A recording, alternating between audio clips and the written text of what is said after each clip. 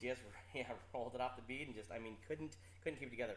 But Skittles, Kaylee Batalja, she sat there and she won this thing. It was awesome. Both her and Jackson, Bailey Jackson, ran 15 laps.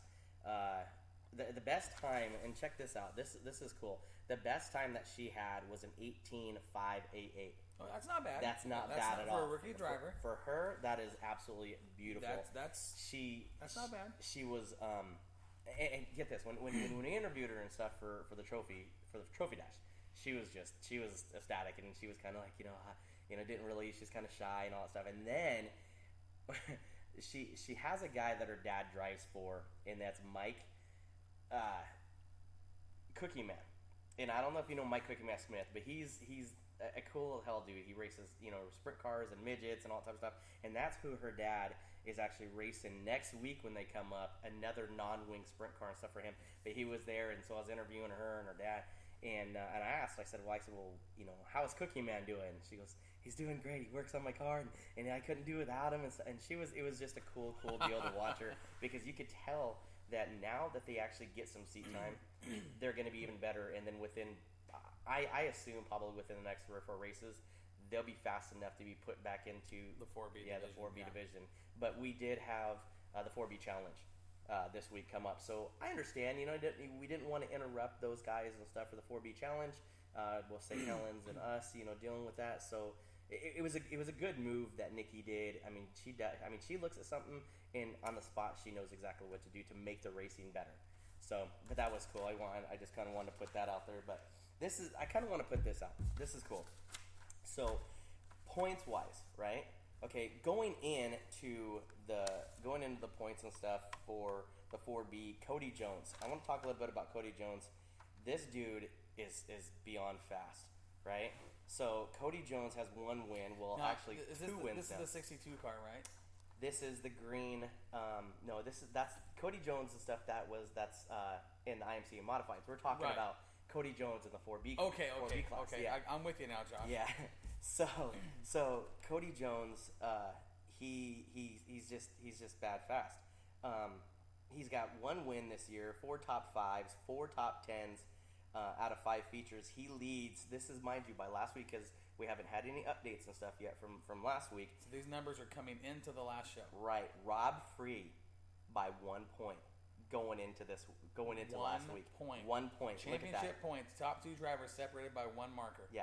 William Wolf is the next one. He's in third by 21. But literally Cody Jones and anybody's Rob Free, championship at this point. 1 point so far. Now 1 point, and we're halfway through the season. Yeah, right. I mean, that shows you right there how competitive that class is, and that I don't care what class it is. That is what fans want to see. They want to see competition. They want to see racing, and 1 point at halfway. You can't get any better than that. You can't, and that's the coolest thing. But I'm gonna kind of jump from the 4Bs into the pure stock division, and Trevor Labarge, he leads Kendall Lee. Now check this out. Leads him by 72 points. First to second, separated by 72 points. Trevor Labarge. Now get this, okay? So let me get to these notes and stuff here. Pure stock right now, right? Joey Tardio, he set fast time. Okay, but fast time, he beat his own track record time. What was a 16.448? He beat it by nearly 0.3 of a second. He sat there and turned in a time of 16.168, a new track record in the pure stock division. That is a lot of time in the world of racing. Now, with this A-main event wins, right? We've had only 2 A-main event winners, and that's been Trevor Labarge, and Joey Tardio. Joey has 1, but Trevor now has 5. Wow. Okay, with that literally bumps him up. I mean, you think about it, with the 72 points and stuff over Kendall Lee. Okay, that's incredible. But this is the kicker. Okay, this is gonna shock you, is that Trophy Dash time comes around, and with Trophy Dash time comes around, we're battling for a $2 trophy. Yeah. But it's just, but it's just, it's good hard racing, and these guys in the pure stock division and stuff is just good hard racing. Trevor Labarge, Rowdy Rod Lowe in the 02, Randy Allen in the 86, Kendall Lee in the 04 of Joey Tardio. But Joey Tardio didn't start the AMA, and you ask why, right? Well, coming out of turn number 4 on lap 2, him and Trevor Labarge happened to get into it. Trevor got loose. Joey didn't have anywhere, pretty much anywhere to go, and got collected, and both of them slammed into the front stretch wall. Hard. Tardio's car, it just basically more was cosmetic and wasn't none chassis. But Joey's car, done for the season. Totally done for the season. Unless he can get another car, his car and stuff, the whole frame is all pushed up. And walk us through what happened. Let's talk about the wreck and the damage. Okay, so what happened? And it really, it was a racing accident. It was racing and all that stuff. But so lap 2, they're coming down the backstretch. Coming down the backstretch, they're running side by side. You had Rowdy Rod Lowe up front. You had both Kendall Lee, Trevor LaBarge, and Joey Tardio running basically for second. Tardio was running the middle, LaBarge was running the middle. Joey's down low. LaBarge kind of got loose, and Tardio, got collected with him, and they both, basically both endoed it into the front stretch, right underneath the Moxie Tower, right underneath the flag stand. With that, then Kendall Lee came up and drove into the backside of LaBarge's car. The bad thing about it is that it didn't look. It ripped the whole right rear off of Joey's car. It went into the infield. Didn't think that it was that bad until they started pulling them apart. Tardio's car was pretty heavily damaged. They thought maybe they could fix it. They didn't. Trevor LaBarge's car was basically cosmetic. It was just the body work and everything. Didn't even touch the frame. Didn't touch the frame horns. Didn't touch the suspension. Didn't touch anything like that. It actually, the only thing it touched, I believe, was just a tie rod, which he had almost 5/8 of toe out. But yeah, he still drove it like he was, like there was no issues. And eventually, out of 20 lap main event, Trevor LaBarge won this thing. Now check this out. He won it. And this is the crazy thing. So, by nearly over a half a track, almost a half straightaway lane, right? Over Rowdy Rod Lowe in the 0-2. Randy Allen was third, and Kendall Lee was fourth. 7 laps down. Had some issues and stuff, but everybody else... Fourth place was 7 laps down. Was 7 laps down by the end. But, it was crazy because... It's one of those deals when it's your night, it's your night. It is, and the thing is that... Joey was very, very fast. He had a marker and he was ready to go. Just happened to be, unfortunate circumstances and stuff that, he got. He was involved with an accident and a trophy dash. And I even talked to Trevor later, and he says, "Man," he says, I don't mean to drive like that. That's not, we talked a little bit about it, and he says, I hate to see anybody go out, by my cause. He says, that's not how I drive. He says, if I could do anything, I'll try to help him get back together. And he says, because I like racing with the guy. Well, and that's the thing. Joey's ran with Trevor enough to know. Trevor, he's not a dirty driver. Is he aggressive? Absolutely, Trevor's aggressive. Both of them are. They're both aggressive. Those guys, when you talk about Sunset Speedway and those cars, they are fun to watch. They're the two guys in that class that you tend to keep your eyes on. But I think Joey right away probably understood, hey, look, Trevor didn't do that on purpose. He didn't, crash me. That's not how LaBarge races typically on a week-to-week basis. But, I would think that right away, whether I was in the car or from the announcer's booth. Just watching how Trevor's ran for the last 4 or 5 years. Yeah, and that's the truth, too. I sat there and I talked to him a little bit about it. And he asked me, he says, well, if you don't mind, he says, I'd like you to post it. And so I have clarification because we only saw it and stuff off the iPad. And I said, yeah, not a problem. It is. It's bad circumstances. Racing's racing. You go into it knowing that either it could be your night or it couldn't be your night.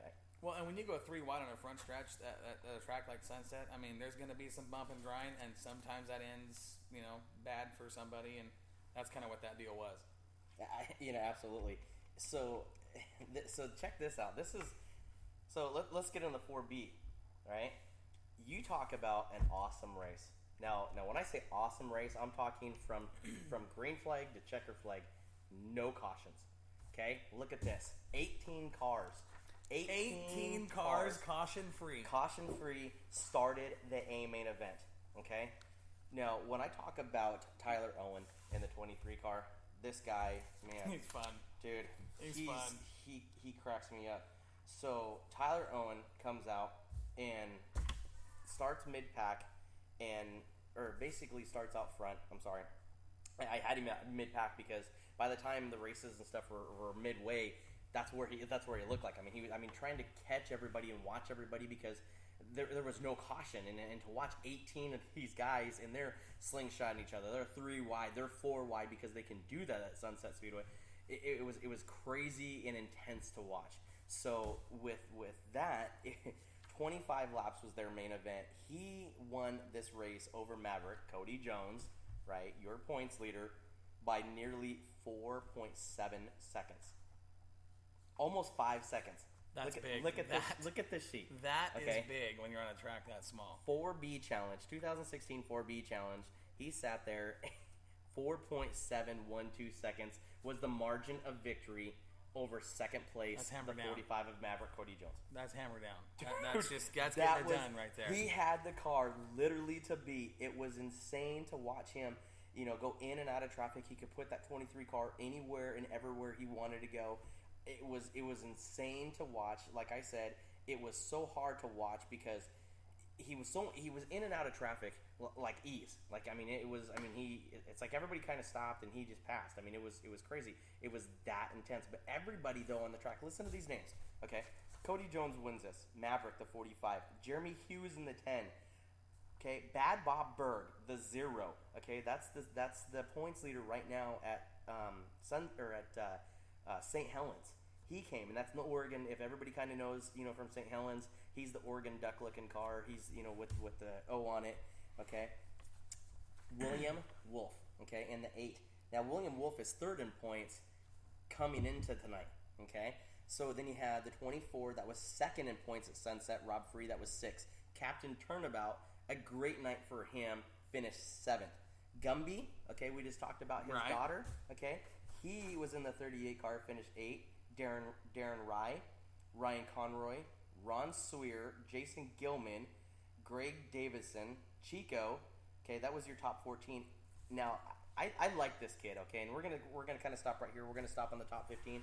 This is who I call Kid Sensation. Kid Sensation, Austin Henderson. He is the only driver out there driving a pickup truck, a Toyota pickup truck. I give him kudos all day long because if you remember right, here a couple weeks ago, we talked about him. Got in this big accident coming out of turn number 2, hit the wall, fire, everything else. They couldn't put the fire out because they found a second battery that was still connected underneath a box. I mean, it was insane. Todd Hardesty for Finish Line Graphics helped him put that truck back together. Great shout out to those guys, Finish Line Graphics, especially Todd Hardesty for putting that car back together and helping him. He came back out for Fan Appreciation Night. Car wasn't quite ready to go yet, so we didn't race that night. So they took it back to the shop, made sure everything was going, and this kid's got a top 15 finish out of that truck. And he's how old right now? He's not old. He's not old. He's just a young kid. I think he's 18, 19 years old. I mean, he's cool. He's cool as hell to talk to. He just wants to have fun. I mean, he sat there and he says, "He's a young guy jumping into race cars, having fun, and learning, picking up, and getting better every week." Yeah, doing it all himself. His dad, his stepdad, of course. 98.7 The Bull, Danny Dwyer. That's his stepdad. Big supporter. And then his dad, of course, Austin Henderson's dad. Huge supporter and stuff for him. That whole family is very, very, into racing. I mean, they support and everything else. But Sam Simmet, the 24-1, Barry Lambert, and Sandy Simmet, she finished in the 19X. She finished in, the top 18. But it was an awesome race to watch these guys go flag to flag.